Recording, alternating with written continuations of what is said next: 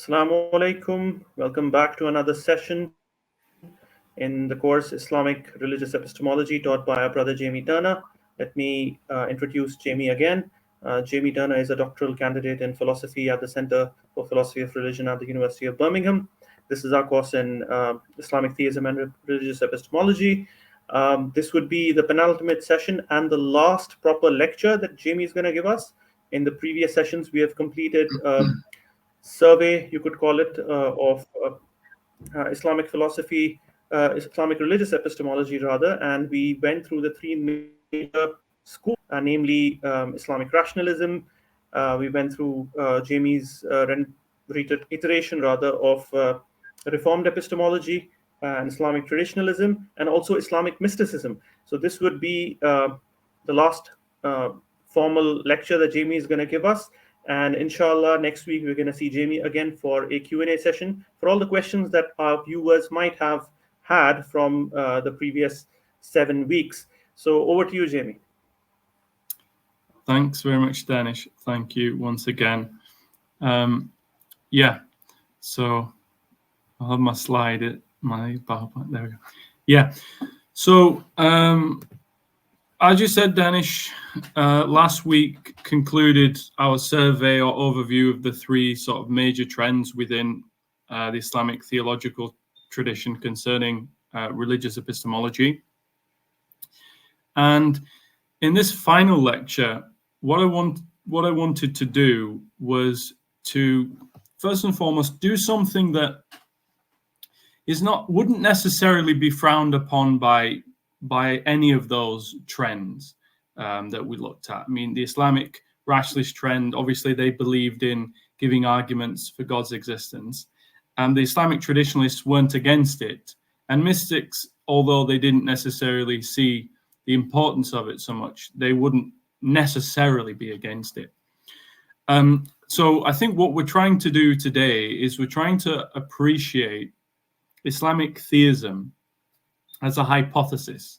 So whether we accept traditionalism, mysticism, or rationalism as a kind of thoroughgoing religious epistemology, for the sake of argument or for the purposes of this exercise, we can all kind of get on board and just treat Islamic theism as a hypothesis that seeks to explain things in some way. I'll leave it at things because I'm going to go into the nature of the explanation.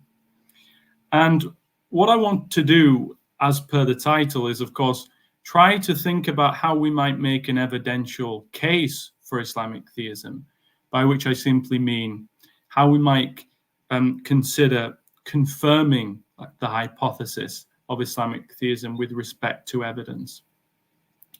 And so I'll be drawing on certain epistemic concepts, some of which we spoke about right at the beginning of this series of lectures as well, and also developing further on some of those points. But essentially, what I want to do is I want us to obviously look at how we might treat Islamic theism as a hypothesis and how we might think of evidence that could support Islamic theism. And among the reasons why I think this is quite useful is simply because I don't think that within contemporary Muslim intellectual circles, a very rigorous philosophical case for Islamic theism has been made, in my view. At least not one that draws on some important tools and insights from epistemology and philosophy of religion more generally. And so I think it would be of great value and worth to just think about how we might do that. I'm not saying that what we'll look at today is the be-all and end-all, but it might sketch a kind of a schema or a way or framework, a way of sort of thinking about how this might be done. Now, as you can see, the overview of today's lecture is, split into three parts. Now, I've mentioned there atheism because what I'm going to do, and I'll make that clear in a moment, is I want to basically make or think about how we might make an evidential case for Islamic theism, and by which I mean how we could argue that Islamic theism is rational for someone to believe, but also not just rational per se, but more rational than some alternatives, some alternative hypotheses, let's say. And one of them on the table might be atheism. So I'm kind of just using that as an alternative hypothesis to kind of draw on and compare and contrast to some extent. So that's going to be the use of atheism. But part one is setting the groundwork in terms of the tools and concepts. 2 and 3, we'll use those tools and we'll get into it. Okay, so part one, rationality, explanation, and the notion of a cumulative case. What we want to do in part one is we want to understand what rationality means, what we mean by an explanation, because we're going to say that Islamic theism is a better explanation than alternative explanations, and what we mean by a cumulative case, which is going to be important for the evidential case we will consider. All right. So, what do we mean by rationality? Well, my preface is that there are different conceptions of rationality. However, we will be using a quite simple and straightforward account of rationality for the purposes of today's session. I will take rationality to mean proportioning our beliefs to the evidence we have. We should proportion our beliefs to the available evidence that we have. Okay, and I'll explain what I mean by that in a moment. And then, okay, if we should proportion our beliefs to the evidence we've got, what do we mean by evidence? Evidence, I take it to just mean what indicates that something is true or confirms or supports some proposition as being true or some hypothesis. So we can use this scale, the rationality scale, as I've coined it below, to help us just understand what I mean here. And I think it should be pretty simple and straightforward once we grasp this example. So we can use the following detective case example. So on the rationality scale, obviously you can see it says H1, H2, and E. By H1, I just mean that John was the person that committed the crime. By H2, I mean that Steve was the person that committed the crime. And by E, I just mean the evidence. So what we would want to be saying here is that the evidence that supports the hypothesis that Steve committed the crime, because there's more of it supporting that hypothesis, it would be rational for us to believe H2, to believe that Steve did it, and it would be irrational for us to believe that John did it if we have all of this available evidence before us. So suppose, we could start with some evidence that supports both of them. So suppose the crime was that a colleague called Bill was murdered, and it's known that John and Steve in particular really didn't like Bill. They hated Bill. So that might count as evidence which slightly supports both hypotheses. So, you get them kind of moving somewhere on the scales equally. But then we might find that in Steve's case, we have further evidence, such as fingerprints or CCTV footage and so on. And so the balance seems to tip over into his favor because there's more evidence supporting the idea or the hypothesis that Steve did it. Right? So that's basically an idea of what I'm saying. I'm just saying that rationality is just believing where the evidence points. And so with respect to some competing hypotheses, it's going to be rational to believe the one where there's more evidence supporting it than the one where there's less evidence supporting it, right? So that'll do for that. Now, explanation is a more complicated idea, and don't be worried by all of these things I have on the screen, because Most of them are not really necessary, but they're helpful in some sense. So rationality and evidence was important for us because we want to argue that given the evidence that supports Islamic theism, it'll make it rational for us to believe it. But explanation is also important because when we're considering Islamic theism as a hypothesis, for it to be a hypothesis, it means it needs to explain the data. It needs to explain the facts and the evidence in the same way that the hypothesis that Steve committed the murder or the crime explains the facts and the data in some sense. But what do we mean by explain? So consider first this quote here from J.R. Lucas. He says that explanations are answers. They are answers to questions, and in particular, to answer the question, why? So, in very simple terms, an explanation is to give an answer to the why question. Why did something happen, or why did that occur? We can give an account of it. We can give an explanation.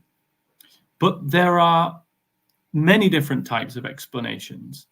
And we want to understand, for the purposes of today's lecture, what kind of explanation theism is, or Islamic theism is, more specifically.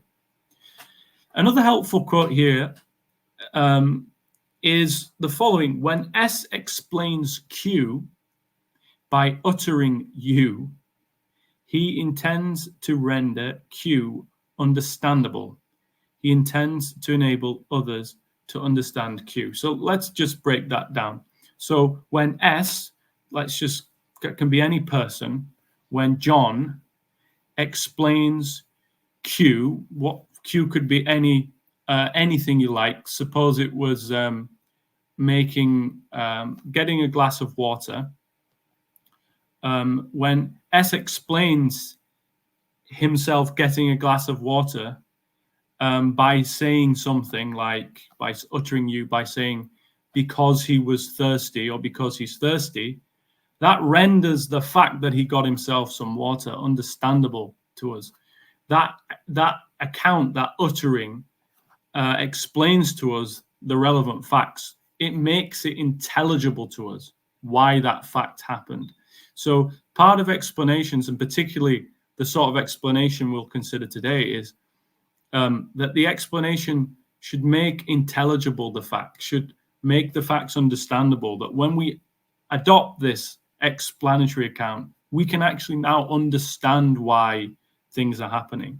So, as I said in that example, if the case is John getting a glass of water, and we want to know, well, why did John get a glass of water? What's the explanation? And then if John tells us that, well, simply because he was thirsty, that explanation is sufficient for us to understand now why John got a glass of water. So as I said, though, there are different types of explanations. So personal and scientific explanations, say John made a drink because he was thirsty. So that would be a personal explanation. We would just be citing John's intentions and desires to explain. And this term "because" is helpful because usually when we have the term "because," the next step will be to offer the explanation. Tidal phenomena occurs because of the gravitational forces of the moon. This would be a scientific explanation, but also a causal explanation. So we're explaining the phenomena of the tide with reference to the gravitational forces of the moon, which cause the tidal phenomena. But there are other types of explanations as well: historical, linguistic, literary, mathematical. I'm not going to go into those now. But as we will see, the notion of explanation is key. So drawing on from that then, what we want to be doing today in particular, and if one casts one's mind back to the very first session, I actually had this similar slide up on the screen in the first lecture. What we want to do basically is we want to consider a set of data as per the first premise there, data En, and you can substitute N for any number of evidence or data that's relevant. and that's been observed. And then we want to say that there are a set of potential hypotheses, however many you want, 1, 2, 3, 4, which explain or purport to explain that data. And then we would go, H1 is the best explanation of the data among the members, the competing hypotheses. And so it's likely that H1 is true. And of course, in saying that H1 is the best explanation, when it comes to Islamic theism, we want to understand, well, what does it mean for Islamic theism to be a good explanation or a better explanation, as we will see.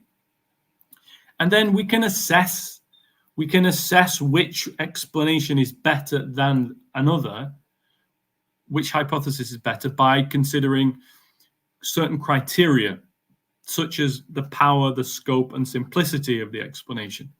So the scope is how much of the data it explains, the range of data. The power, sort of how well, the depth of the explanation, how convincing is it as an account of the fact or the relevant facts.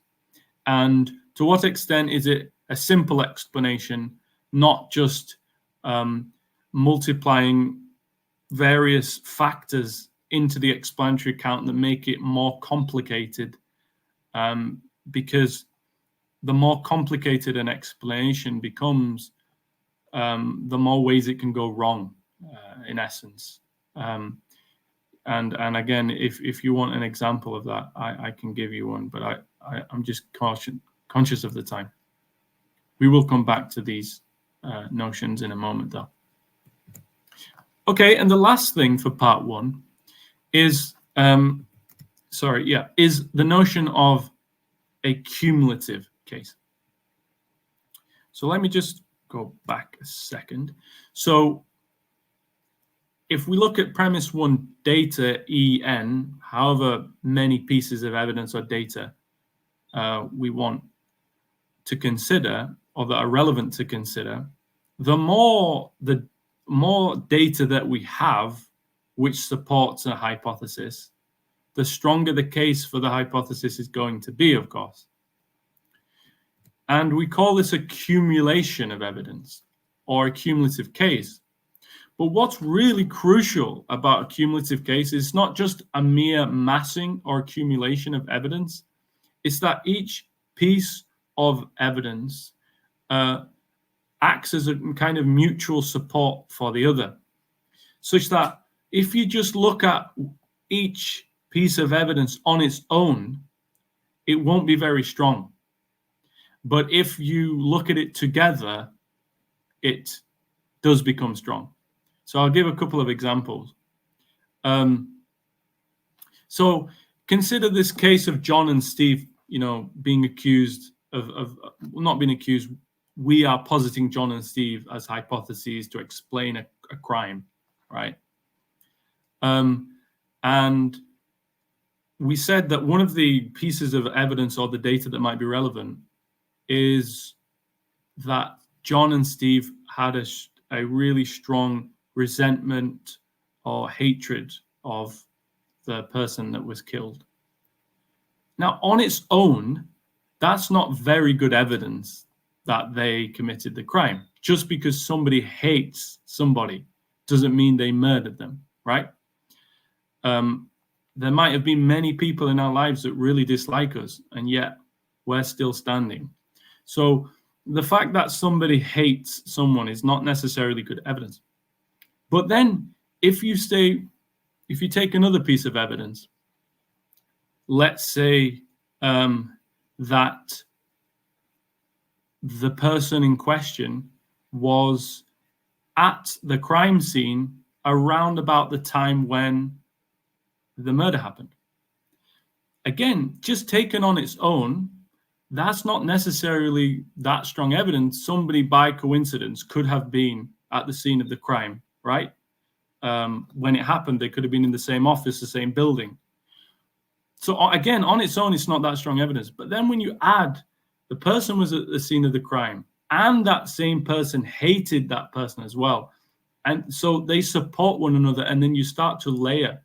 So if you look at evidence separately, it's not that strong. But then when you look at it together in a cumulative manner, it starts to mutually support. Anyway, on the screen here, there is a book written by Basil Mitchell, who was a professor of philosophy at Oxford University, and he was the chair of a particular post which Richard Swinburne inherited from him. But in Mitchell's book, he gives a famous example, which is the stormy ship at sea example. And basically, this is an example of a cumulative case. And essentially, you have basically a ship that's out at sea on a very stormy night. So the weather conditions are not good, and it's very dark. It's at nighttime, so you can't see very well. And you have two main characters. You've got the navigator of the ship, and also like a night watchman who watches out for anything, for the safety of the ship. And basically, the night watchman looks out, right out to the distance, and appears to sense that there is a lighthouse shining its light in the distance. And then he tells that to the navigator, he reports that to the navigator. And the navigator says, look, by my reckoning, we're about 100 miles from land. There's no way you could have seen a lighthouse, right? There's no way you could have seen a lighthouse. And so he dismisses it and says, look, you must have just you seen something else, or had, I don't know, you're wrong. Then, and that was on the right-hand side of the ship. Now suppose the night watchman goes to the left-hand side of the ship, and he sees, towards the left of the ship, he sees what looks to be land in the distance, but not too far away. And then he goes back to the to the navigator, and now the navigator has to take into consideration two reports. Again, if he was just to take the report of the night watchman seeing land in the distance on its own, it would just be like him reporting that he saw a lighthouse in the distance. And so he would dismiss it based on his recollections, on his reckoning of where they are using his navigation system. But then when you get these two reports together, all of a sudden, he begins to question whether he's got his calculations right, and so on. So those are just examples of cumulative case. Now, that's going to be absolutely fundamentally crucial to the case for Islamic theism.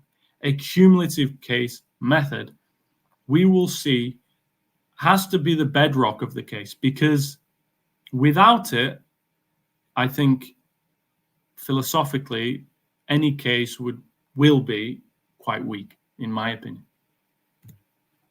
All right. So that's part one. And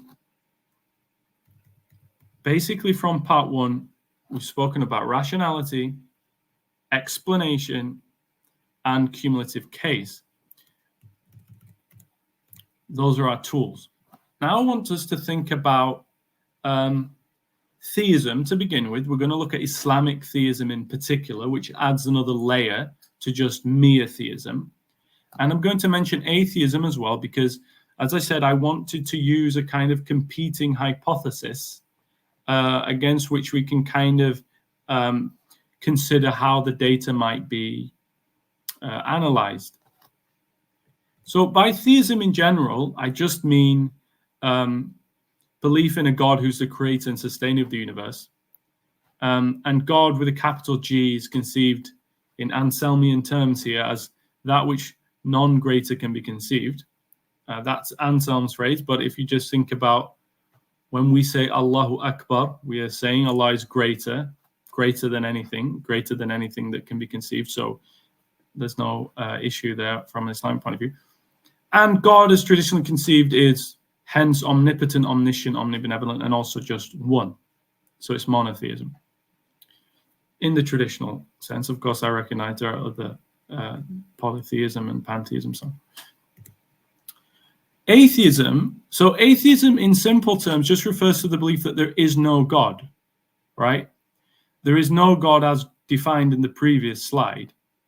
But then just on its own, it doesn't really tell us much as a hypothesis or as an explanation, right? So I think we just to help us out here, I want us to understand atheism as naturalism, because most contemporary atheists are naturalists. And naturalists tells us a bit more, and it does a bit more in terms of being an explanation than just atheism, because atheism could be compatible with a number of different explanations or hypotheses of the world.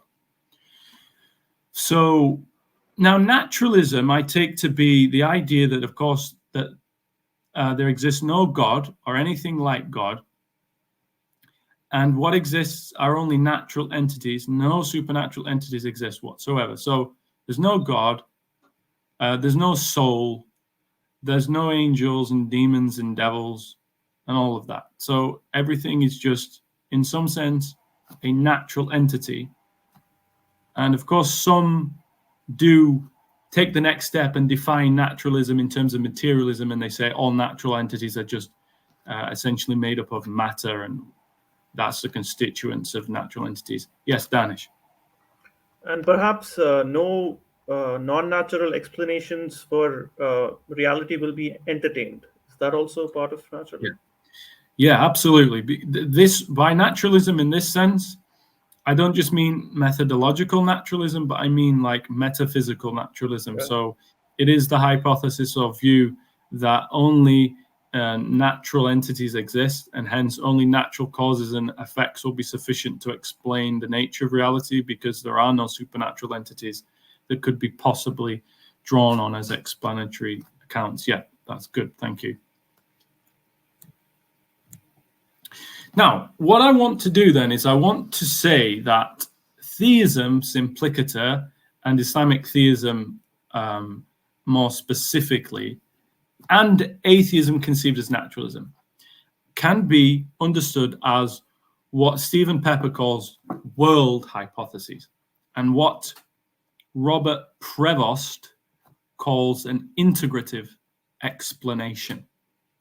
Now, let me just hold fire. This book here, Probability and Theistic Explanation, is the book in which Prevost makes this case. By the way, I think it's a really, really good book.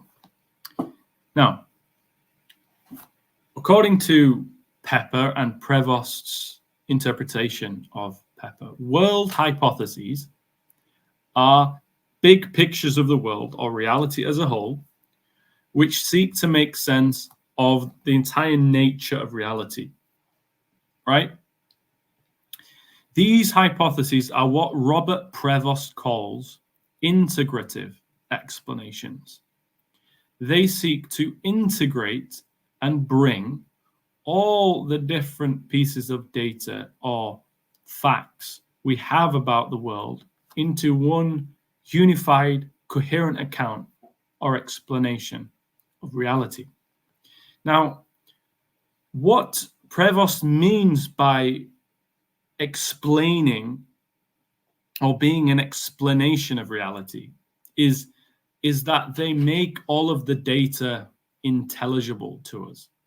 So we'll consider theism and Islamic theism, but Prevost, for instance, in his book, mentions materialism. So the idea that everything that exists in the world is just at bottom reduced to matter, essentially.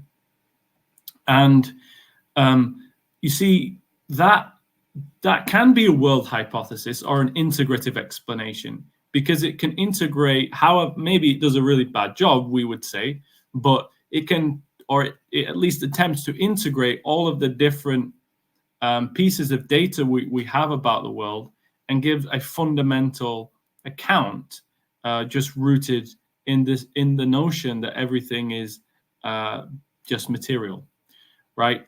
And so you can try to give a unified account of existence, of the nature of morality, of consciousness, or whatever the case may be, based on this hypothesis, right? That everything is just root matter or material.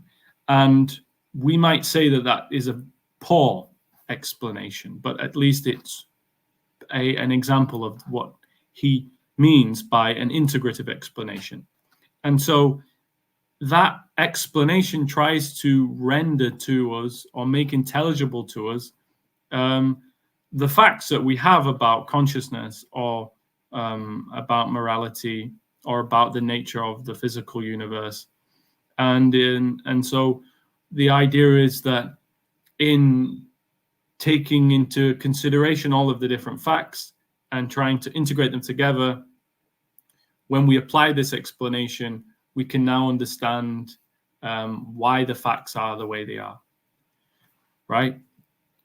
Now, what we want to say then is that theism, and Islamic theism in specific, are world hypotheses or integrative explanations. And naturalism and all materialism are too. Now, one thing, and this, now we're moving on to think about theism and naturalism or atheism here. One thing that's quite difficult at first, or it could be an initial challenge, is, and Gregory Dawes in his book Theism and Explanation, he considers this point, is that it can be difficult to kind of establish what the relevant data is that we should be considering for theism. Of course, one of the things that we don't want to be doing is only, first of all, only considering pieces of data which fit well with our hypothesis, right? That's one thing we don't want to be doing, which would be called cherry picking. And the other thing that we want to be careful of, and any theistic explanation could fall into this trap, is just to think that anything in reality could be used to support the theistic explanation, because God can will anything, right? And that's an issue. Now, what I think maybe Dawes would say, and others, is certainly like Richard Swinburne, he would say that, first of all, based on the nature of the hypothesis of theism, which is there being one God who is omniscient, omnipotent, omnibenevolent, we can derive from that certain expectations or certain pieces of data that we might expect to find, right, if that hypothesis was true, and also pieces of data that we would not necessarily expect to find if that hypothesis wasn't true. And these, we call them the surprising facts. And I think that they are numerous, but I've mentioned here a few: A to G. So just consider some: existence, the fact that anything exists at all, right? I'll go and I'll explain in a minute. But if you think about naturalism just as an explanation without adding any more bits onto it, naturalism doesn't necessarily predict that anything would exist, right? On naturalism, there's nothing to say that there would be anything that exists at all, right? Because naturalism just basically says whatever exists would just be at heart natural entities. No supernatural entities exist, but it doesn't predict that anything will exist. Now, naturalists will add more layers onto that. They could have like a multiverse theory of naturalism, and they could kind of do some more things. But anyway, so we've got existence, contingency, temporality, design, consciousness, moral value, obligations, and beauty. And there are other things we'll consider, maybe on the con: evil, hiddenness, religious diversity. Now, this relevant data, I'm going to spend a lot more time looking at the Islamic theism stuff in a moment, but this is just thinking about theism in general and atheism or naturalism. I think that theism can give a pretty good account of these things, like the fact that there is existence and contingency and so on. Think about it. So first of all, Islamic theism posits that there is a God who is, by definition, a creative agent who has the capacity to create because he's omnipotent, and would therefore, we might even say just therefore ipso facto create because it's part of his nature, but certainly because he's also omnibenevolent, or so the hypothesis goes. One might argue that creating a universe in which good things take place, in which creatures that possess goodness and value and so on take place, then the fact that there is the existence of the world is not necessarily unsurprising on theism. It's not necessarily unsurprising. It's quite expected, actually. So anything that's not surprising on the hypothesis would be really a confirmation of it. The fact that there are contingent things, so the contingency of the world, the fact that the world seems to cry out for an explanation beyond it, again, that would be expected, it seems, on theism. Temporality, now, by this I mean the temporal beginning of the universe. If the universe had a beginning 13.7 billion years ago, and hence seems to require a cause to bring it into being, that would again be quite expected on theism. The fact that we find things designed, or we find apparent design, if we just think about the laws of nature in which things participate in a regular and consistent and orderly fashion, certainly that's not surprising for a creator God who wishes to set the world up in such a way that human beings that he creates have some form of participation in it, which is not haphazard and chaotic and is coherent in some sense. So that's quite expected, I think, on theism.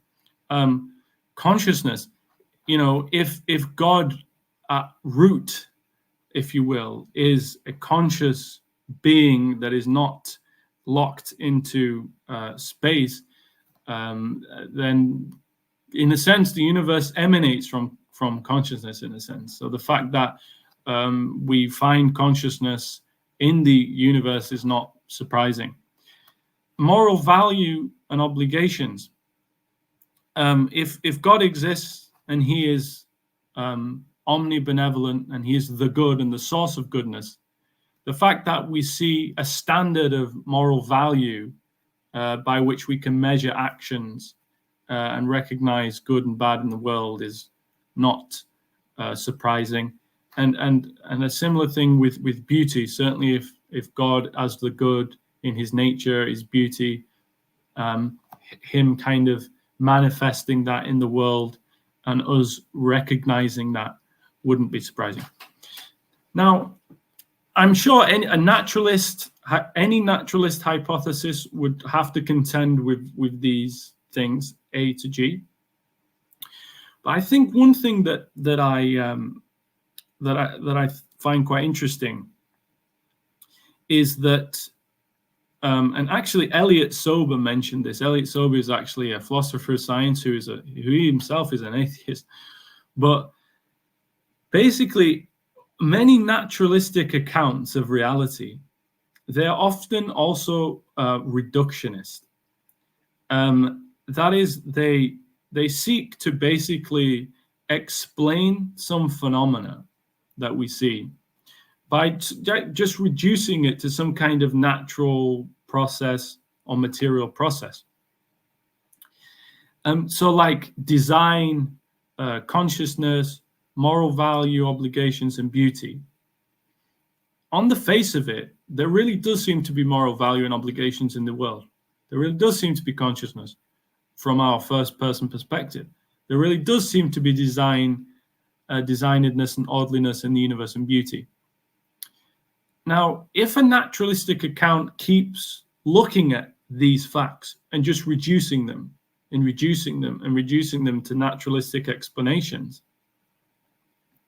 the worry is that every time we come across something that seems to be apparently the case, so it's apparently the case from what we can tell, it just seems overwhelmingly, it appears to us there is moral value, beauty, consciousness, and design.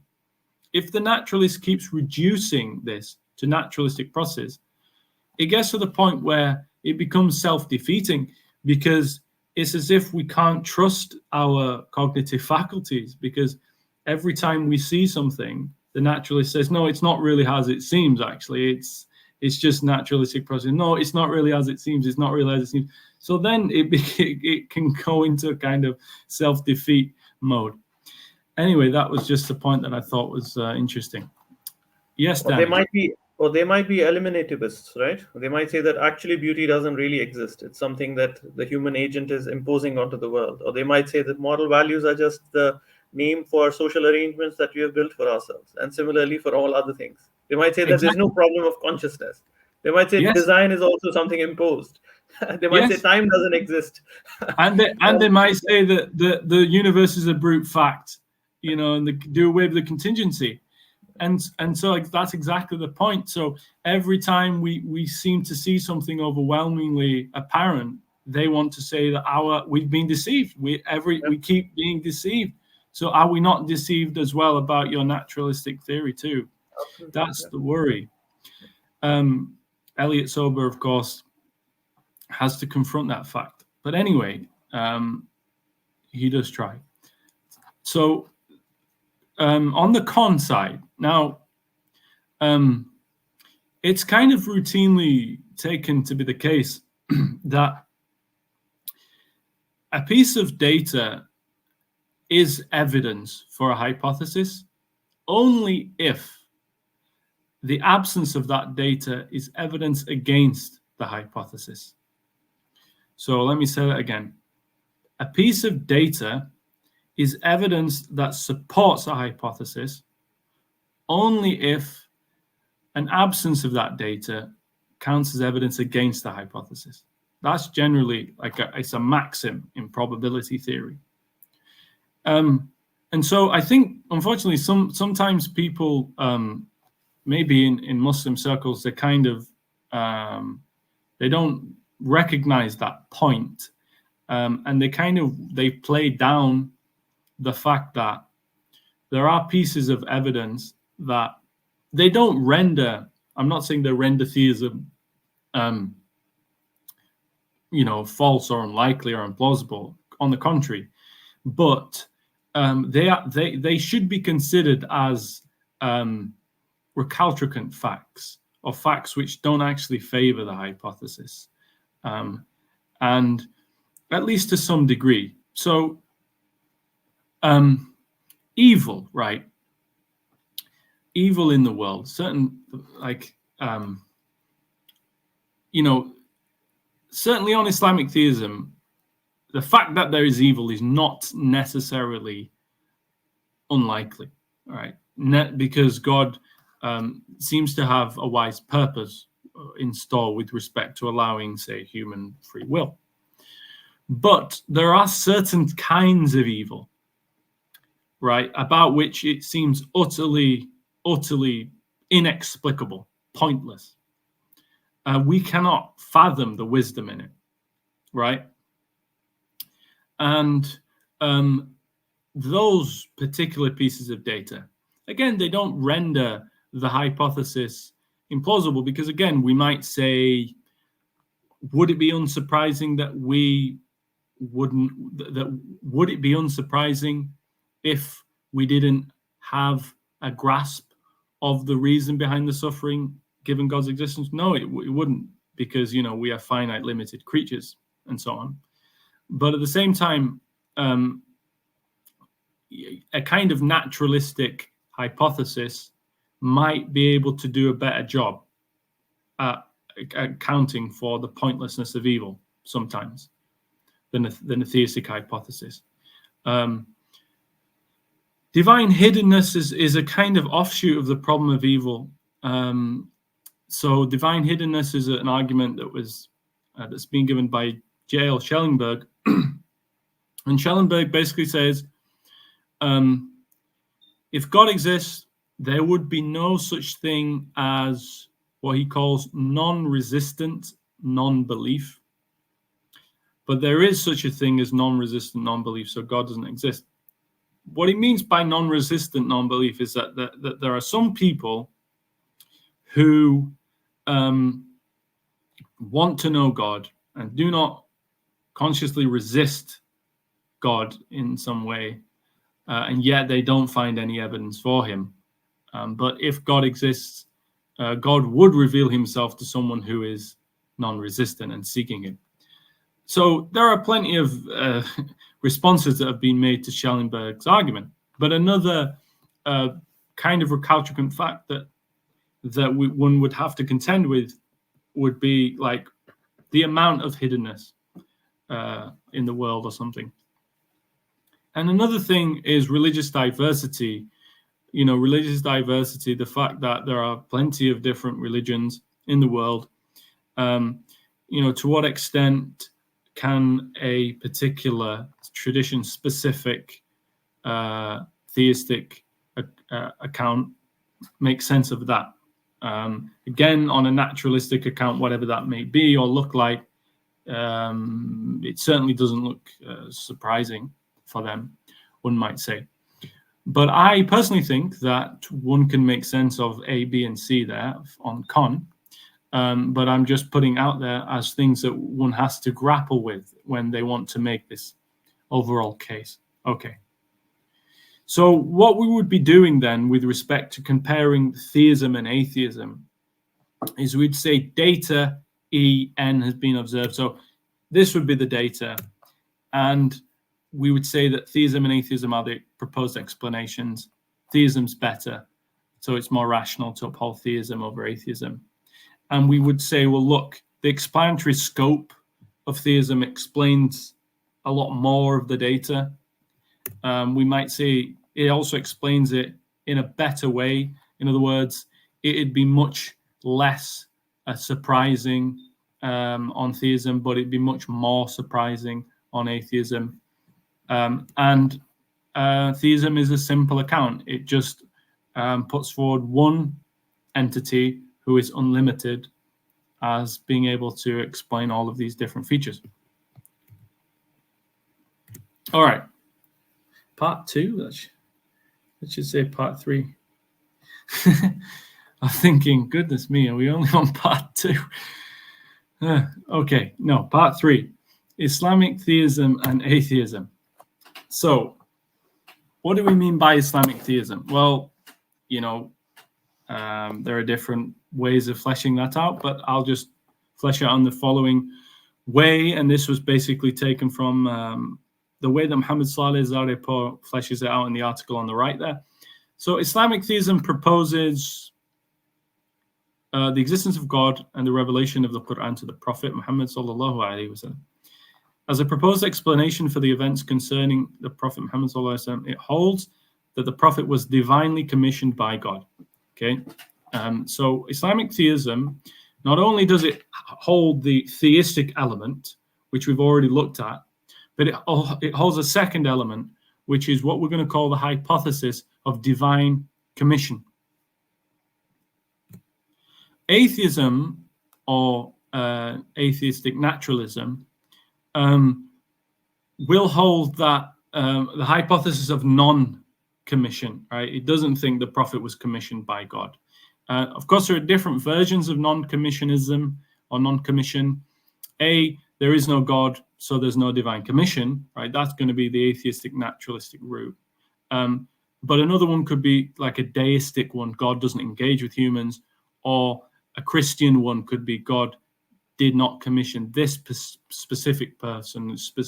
They commissioned Jesus Christ or someone else, but not this person, right? So there are different ones, but atheistic naturalism will be, there is no God, so there is no divine commission. Right. So the surprising specific facts to be explained in addition to the general facts or features of the universe, I think, can be among these. There are many others, but they are among these. In other words, this would be sort of data that we would, as I'm going to say, would not be surprising on Islamic theism, but otherwise would be surprising facts. So some of the points, but have been, and also this notion of commission, non-commission, or divine commission, non-commission, I kind of helpfully drew from this article written by someone I know, Zain Ali, who is a lecturer in philosophy of religion at the University of Auckland in New Zealand. And this article is entitled An Evidential Argument for Islamic Theism. Anyway, so there are various different pieces of data here. I've got that this person called Muhammad sallallahu alaihi wasallam claims to be a prophet, that there's a unified mass movement that spreads from his claim onwards throughout Arabia and beyond. There is a scripture, this revelation, which he claims to have been given to him by God, which has certain features like its preservation, its consistency, and its eloquence. There are prophetic prophecies we find in the Prophet's own words and also in the Quran, and also Quranic moral teaching is the final point I'll touch on. Now, what I think is going to be interesting here is you're going to see how the notion of, first of all, we're talking about an explanation here in terms of an integrative explanation where the explanation can integrate and bring all these facts together into a coherent account and make it intelligible.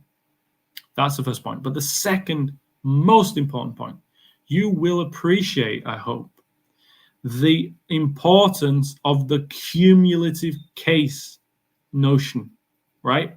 The cumulative case idea is going to be key to what we're going to see here. Without it, the argument will fail. You need the cumulative case idea.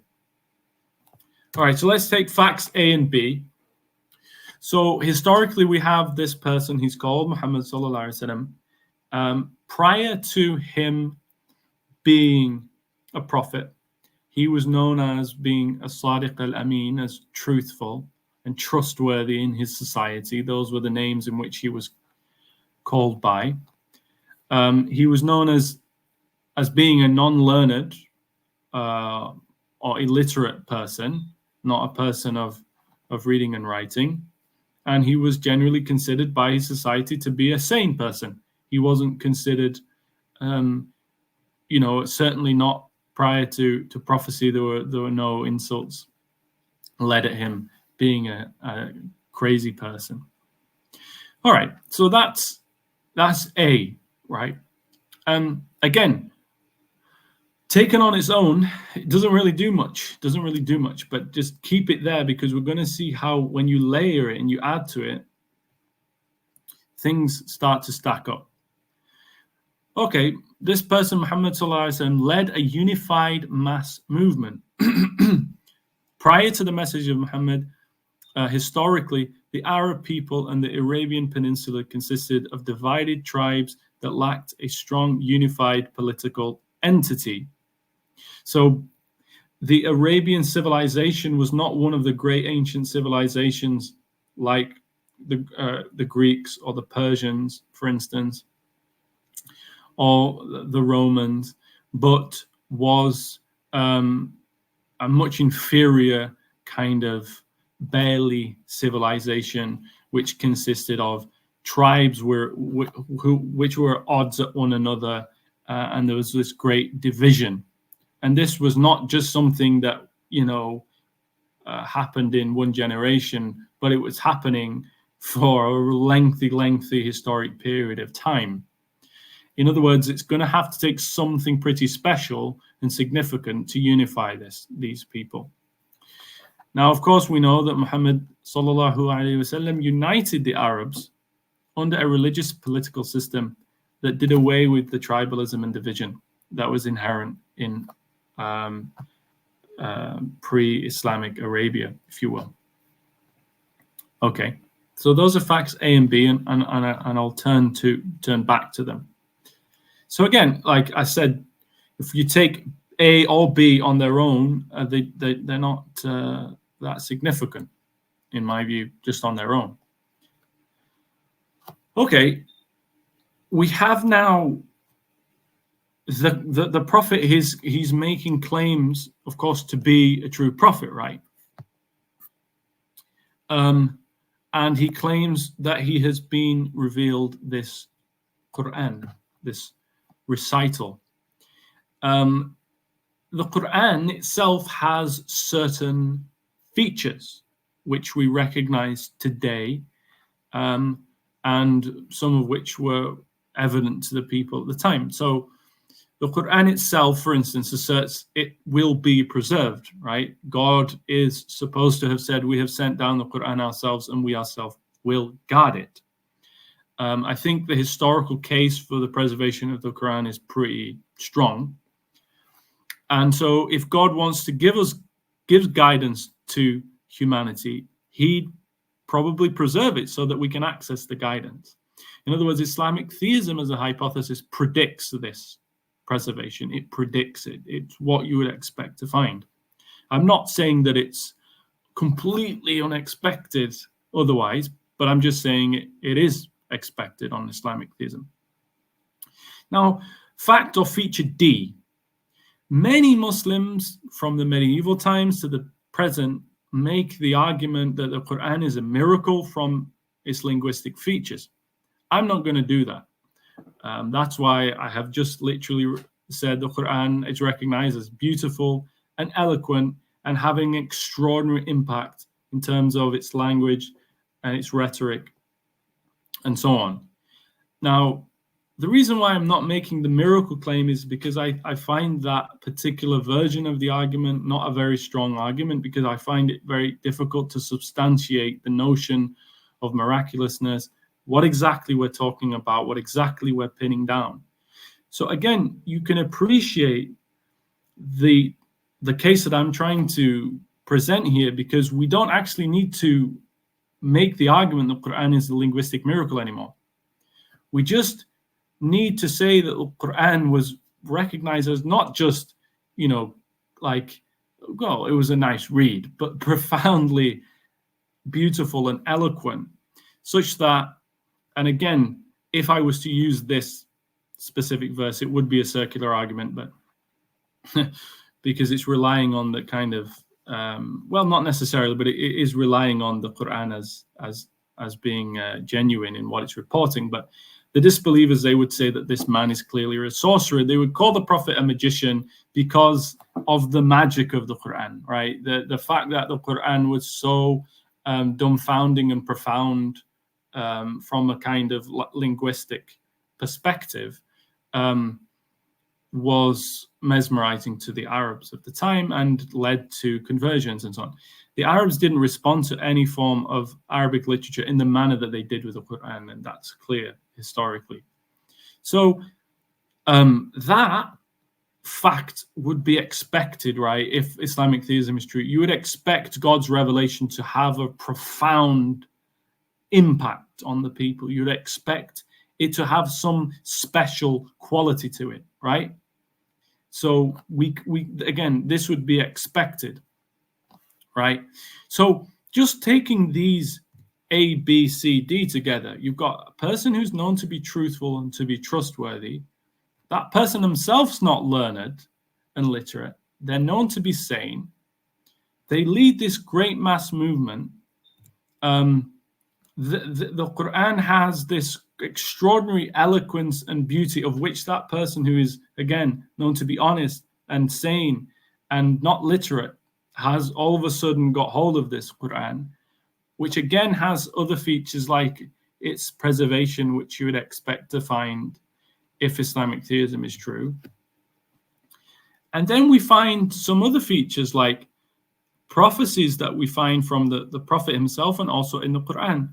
For instance, in Surah Rum, the Romans have been defeated in a nearby land, yet following their defeat, they will triumph with respect to this Roman-Persian conflict.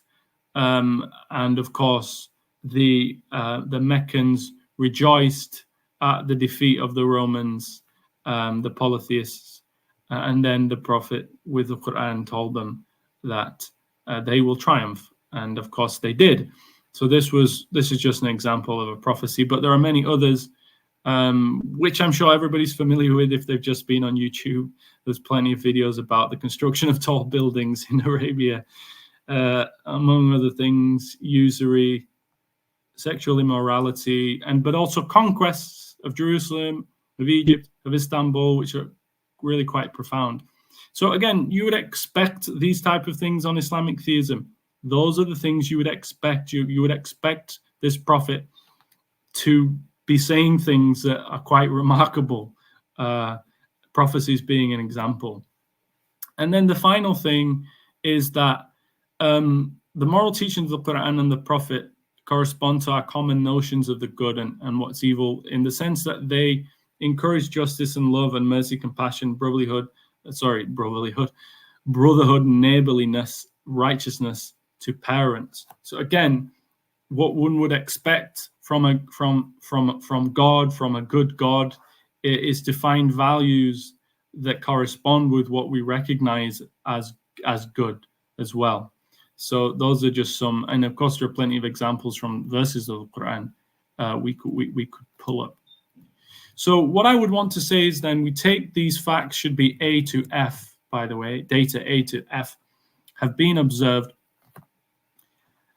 The hypothesis of divine commission and non-commission are proposed explaining A to E. But I want to say divine commission is the best explanation among these proposed explanations. So it's more rational to uphold Islamic theism over atheism. Now, of course, one obvious problem with the hypothesis of non-commission for the atheistic naturalist that we've already suggested is that the case for there being a God already looks quite strong as it is, right? So their hypothesis of non-commission based on there being no God looks problematic. They could choose, maybe they could just sort of concede that and say, oh, okay, well, fine, I convert to theism now, but I don't agree with Islamic theism. And so, they would have to argue other things about maybe God's nature or the fact that God didn't actually commission this person. But I think when you start to tap into the combination and accumulation of these pieces of data, I want to say that certainly with respect to the atheistic hypothesis, it's more rational to uphold Islamic theism. If you think about the explanatory scope, all of the data just concerning existence, contingency, temporality, design, etc., and then all of the additional data about the Prophet here, all of that seems to be unsurprising on Islamic theism. All of these pieces of data seem to be pretty expected, and I think it can explain it quite well. And so you have your power and your scope, and I think it's a relatively simple explanation. So I think, therefore, we have a case and we have a sketch of how we can make our case, and it would be more rational to uphold Islamic theism as a result. So that's it for now, guys. Over to you, Danish, for Q&A. Okay, Bismillah ar-Rahman ar-Rahim. Welcome back. Let's dig into some of the issues which I had with the presentation. I enjoyed it thoroughly. And as usual, we go through some of the historical questions first. That has been our tradition. But since this is such an analytic presentation, there's not much of historical genealogy or philosophical genealogy that I can go into. Let's go into actual history, because you made an argument on the basis of um, the unified movement that the Prophet created, and that had something to do with the cumulative case that you wanted to build, uh, and building off Yeah. of another philosopher's work. So let's look at that. When I look at something like that, my fear is that people can poke holes in the argument on the basis that while the Prophet did unite the Arabs, such unified movements have been built elsewhere. That's one. Number two, the unified movement lasted only for, let's say, 10 or 12 years, until there was a schism within the Muslim community itself. There was the Umayyads on the one side and the Shia and Ali on the other side. So it did not last. So somebody might ask, from a skeptical bent, what is that argument supposed to prove? Why bring up unification, a unified movement? What does that have to do with the theological case for Islam? Is there something in the Quran regarding the prophecy for unification? So somebody might be at a loss. So could you say more about it, which could not be said in the presentation? Yeah, I think that's a good question, Danish, to be fair.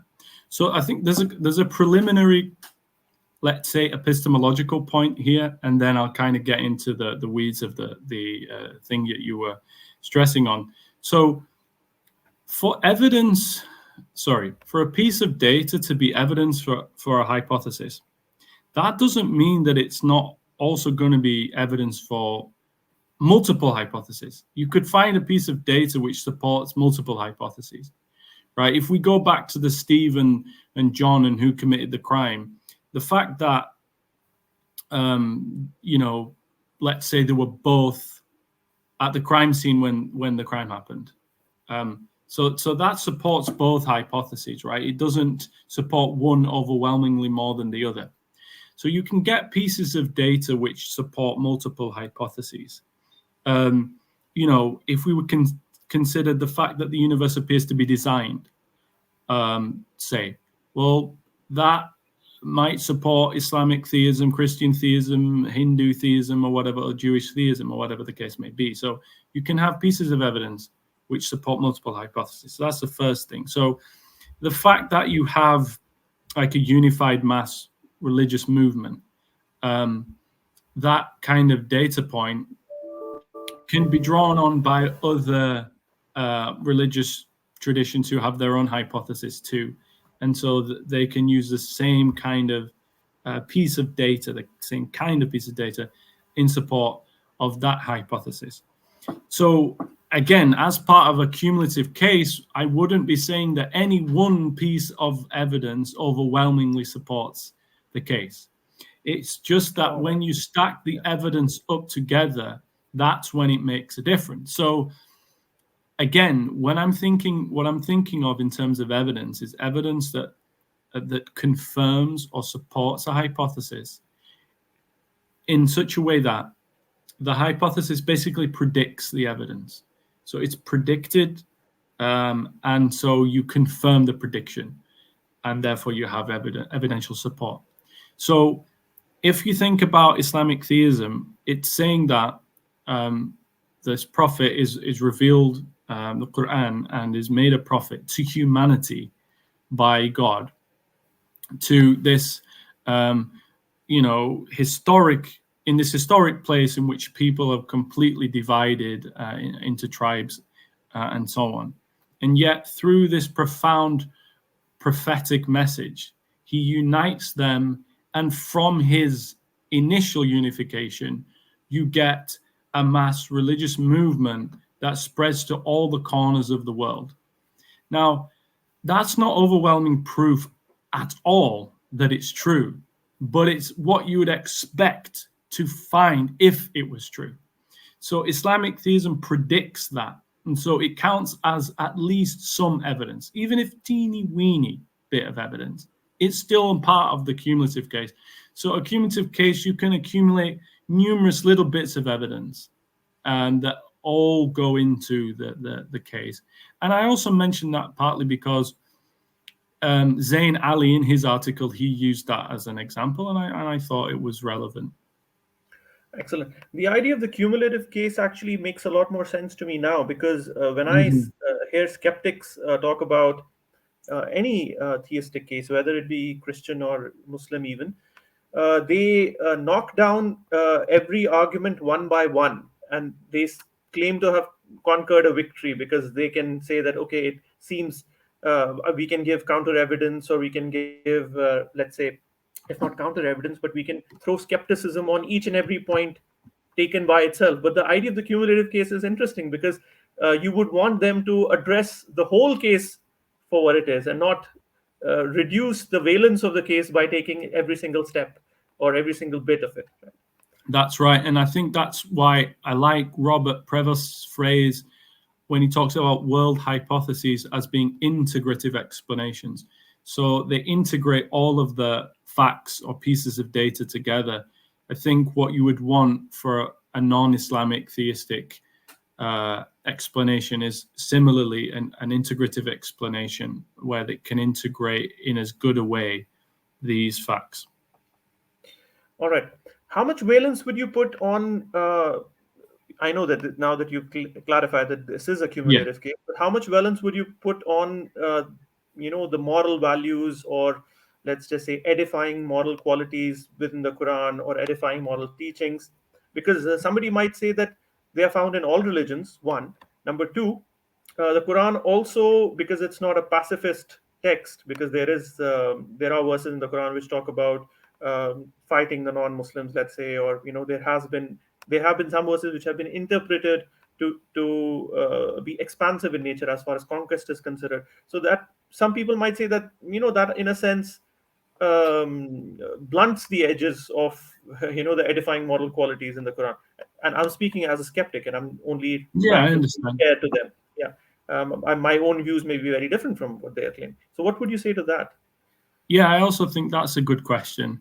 I mean, there are a couple of things there. So you mentioned that, there are other religious traditions which share like similar moral values or outlooks. I mean, I think that can be made sense of in the Islamic theistic narrative, insofar as, Muslims do believe in prior revelation and to other communities. And so the remnants of that remaining is not surprising, I would say. But yeah, I think you might have to be careful in qualifying this kind of relevant piece of data. You might just specify it to certain elements of what was the word I'm looking for?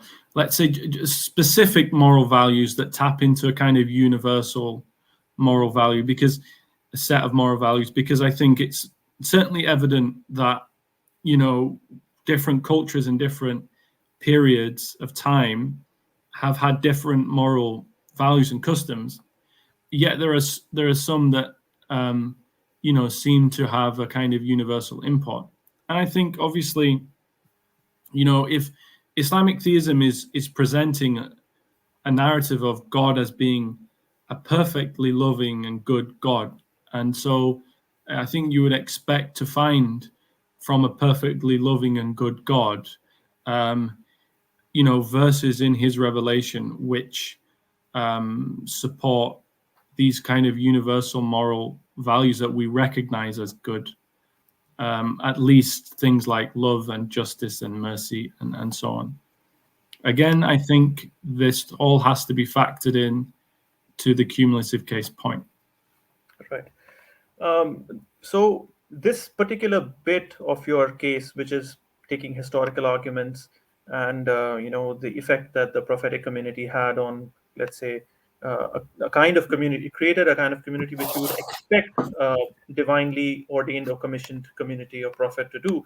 I find that interesting. Also because it seems to me to be the case that the Quran itself envisages a kind of a historical argument when it talks about Basallahu Nabeen, Mubashirin wa Munzirin. We send down prophets, and they were, warners and givers of glad tidings. And then gradually it says you have to, reminds the nations that nations before you who have not believed have been perished or destroyed. And similarly, this would be your fate, except if you believe in Islam and if you bring faith on this prophet, on this messenger, that you would be given supremacy in the lands. And that is precisely what happened after the Meccans believed in Islam.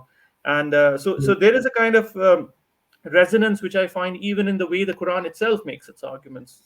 And perhaps this could be something that you could talk about in the future as well, and might be a potential source of benefit for your intellectual project as well. And as you know, the Farahi School has done quite a lot of work on this.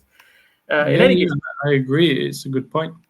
Yeah. So I'd like to ask a question about methodology, which is, taking a step back from the content of what we've been talking about and going back to where does the question even arise of coming to something like looking for evidence. Why is evidence important? You have in the past talked about your own preferred view, which is a soft evidentialist view, but at the same time you have a reformed epistemologist sort of interest as well. But tell me something about, or talk to us about the notion of hypothesis itself.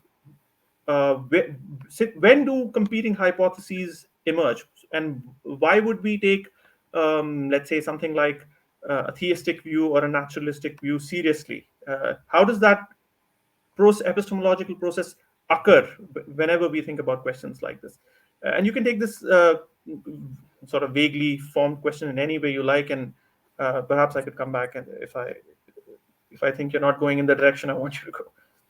Yeah, I think so. I think, again, a very good question. This phrase that I kind of had in quotes on one of the slides, the surprising facts.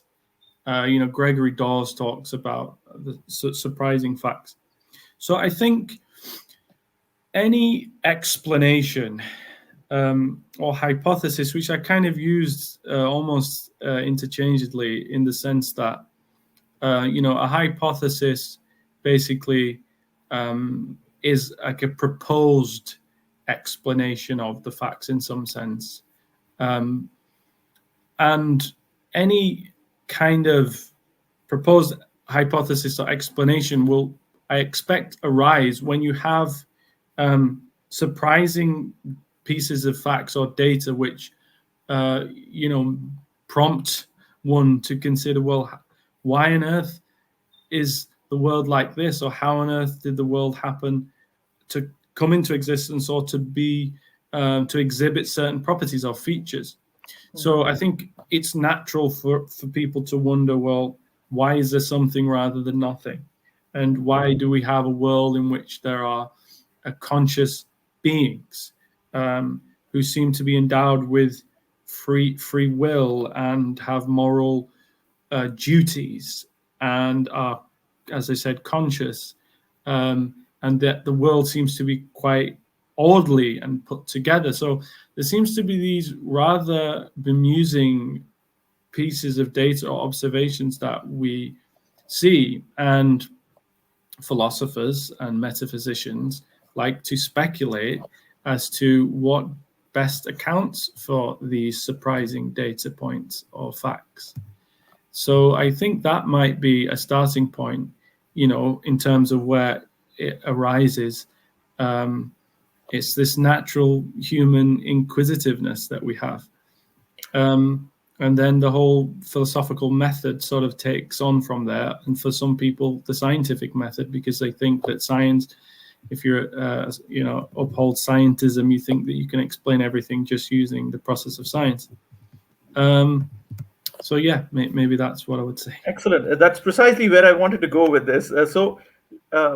Scientists or people who are, let's say, partial to the sciences so much so that they become naturalists and they want to preclude any kind of non-naturalistic explanations, and religion is, in a sense, a non-naturalistic explanation. Or you might correct me if you think. No, I agree with you. Yeah. So they might say that, as far as nomological explanations go, as far as explanations about laws of why things happen or causal laws go, science is such a fertile endeavor, a venture, whereas religion, in a sense, puts a stop to all of that. So we should perhaps either we should make our claims more modest when it comes to religion as an explanation, or we should just give up on the project of religion because the sciences have explained, whereas religion has always put a stop to it. So what would you say to a quandary like that, or a question like that? Yeah, it's also a good question. I think one thing I would say just from the get-go is I don't think we should be conceiving of religion as a hypothesis. So, religion is a system of values and beliefs and doctrines and practices, right? And there are a number of them.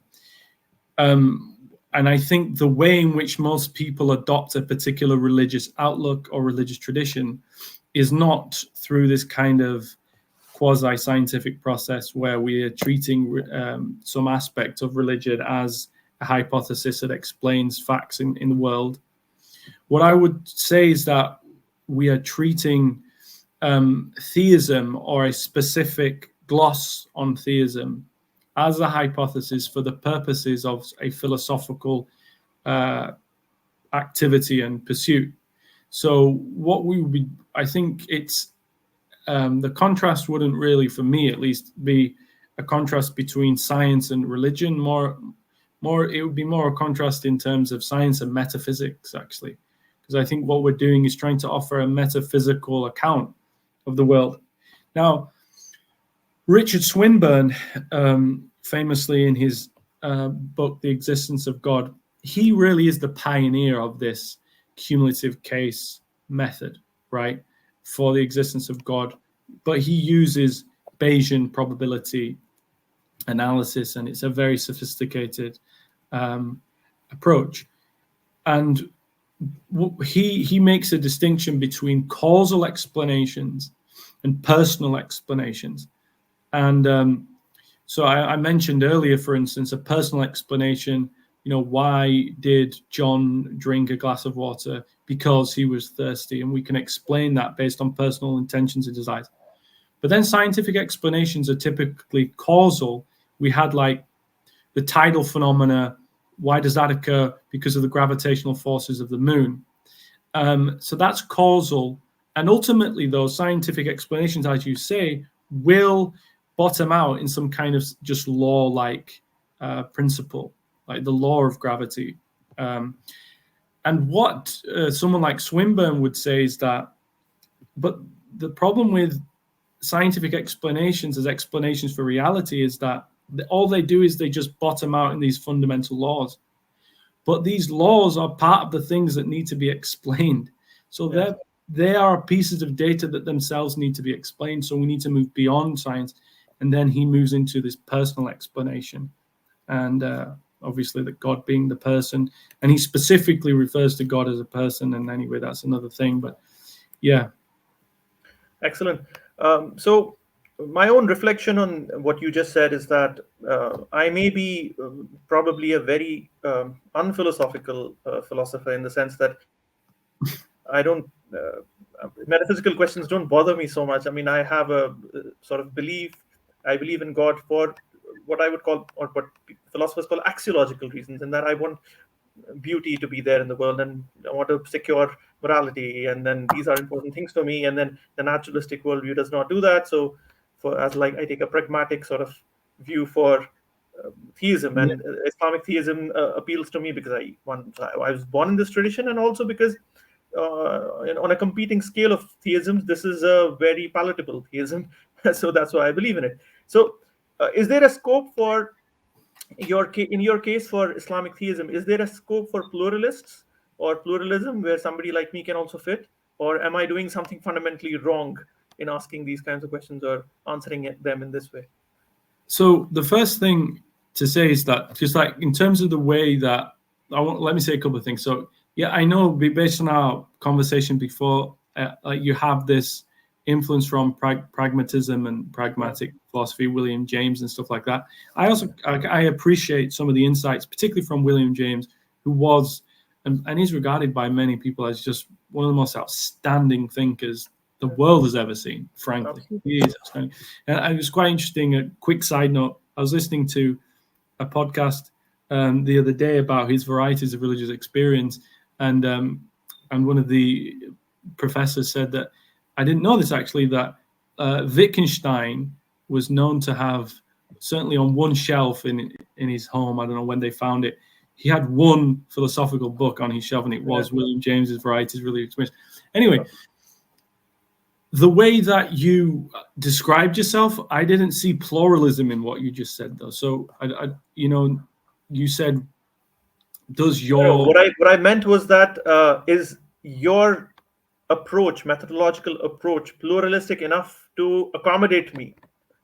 Or I'm sorry. yeah, Yes, absolutely. I mean, look, the methodology that I employ, it's like the tools of a syllogistic argument, right? The concept of validity and soundness, and the idea of premises necessarily entailing a conclusion in a deductive argument. That's just the methodological structure or form of a syllogism, but it doesn't say anything about the content.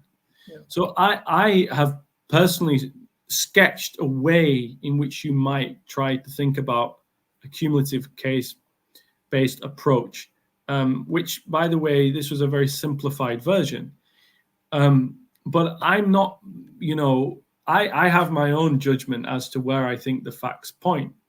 But somebody could use my exact same methodology and give you Christian theism, right?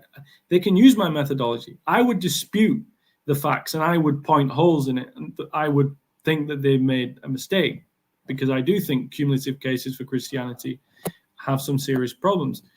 But the methodology itself says nothing about the content, if you get what I mean. Excellent. So my final question would be slightly long, maybe slightly controversial as well, but I'll still ask it because at Al-Mawrid UK we ask all the more difficult questions. So this final question would be again from a naturalist perspective, and they might say that the naturalist tribe is a very, let's say, pluralist tribe, but they agree on certain things. They agree that the naturalistic method methodologically gives you certain answers which are fallibilistic, and then people can agree or disagree, but then there is a way in which they can make peace. Whereas the method that we apply, the cumulative case method, can be applied and has been applied by others for justifying Christian belief. A Hindu might do that, a Buddhist might do that, and so there is still a possibility in that we might still disagree with our other theistic brothers. So what's so special about the Islamic theism bit? I mean, because that is ultimately the burden of our song, right? That we want to be Islamic theists. So how are we special, and how is our method better in some sense over what other people do? Or how are our conclusions better than what they come up with? Yes. Well, in order to assess that fully, you have to take into account a lot more pieces of data that I've left out for the purposes of time today. Mm-hmm. In terms of the methodology, just the methodology is religiously neutral. So the naturalist, like according to Robert Prevost and others, I mean, the naturalist has to make their own case too, right? If you want to be a naturalist, you're going to have to make your cumulative case. So it's a methodology that everybody can share. Anybody who wants to offer a kind of world hypothesis, make a case for it, will adopt this kind of method, or if they don't, it might be problematic, might adopt something like this. And then obviously with Islamic theism, I outlined some facts that I think are predicted on the Islamic theistic account. And then, yes, we would have to consider what we can say about other apparently recalcitrant facts. I mean, like historic claims concerning Jesus being crucified, or other things in the Jews claim about Moses and everybody witnessing him receiving the 10 Commandments or something like that. So yeah, you have to be able to also make sense of those things. I think that we can make sense of those things. Just very quickly, to just use that one example, on the historic crucifixion narrative, and this was pointed out to me by someone a while ago, that in the Quran, at least the dominant tradition says that, or the Quran says that they neither killed him nor crucified him, but it was made to appear unto them. وَلَكِنْ شُبِّهَ لَهُمْ, just Exactly. Yeah. And so the thing is, what the idea is that if it was made to appear unto them, right? That's what the Quran says. then you would expect the people to attest that he was actually crucified. Absolutely. Right? Otherwise it wouldn't have been made to appear unto them.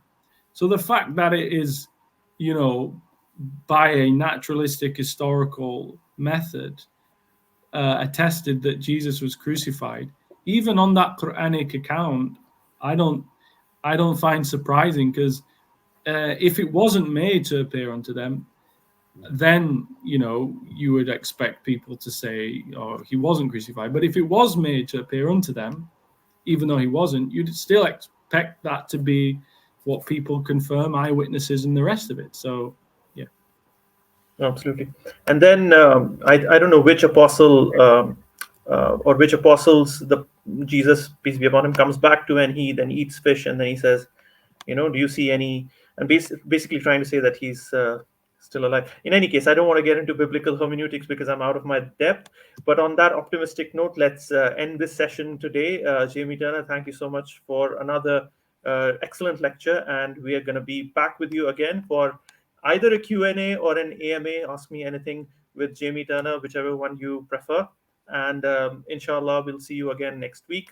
To all our viewers, if you like this, please like it, subscribe, and share it with as many people as you can. Thank you very much. Assalamu alaikum wa rahmatullahi wa barakatuh.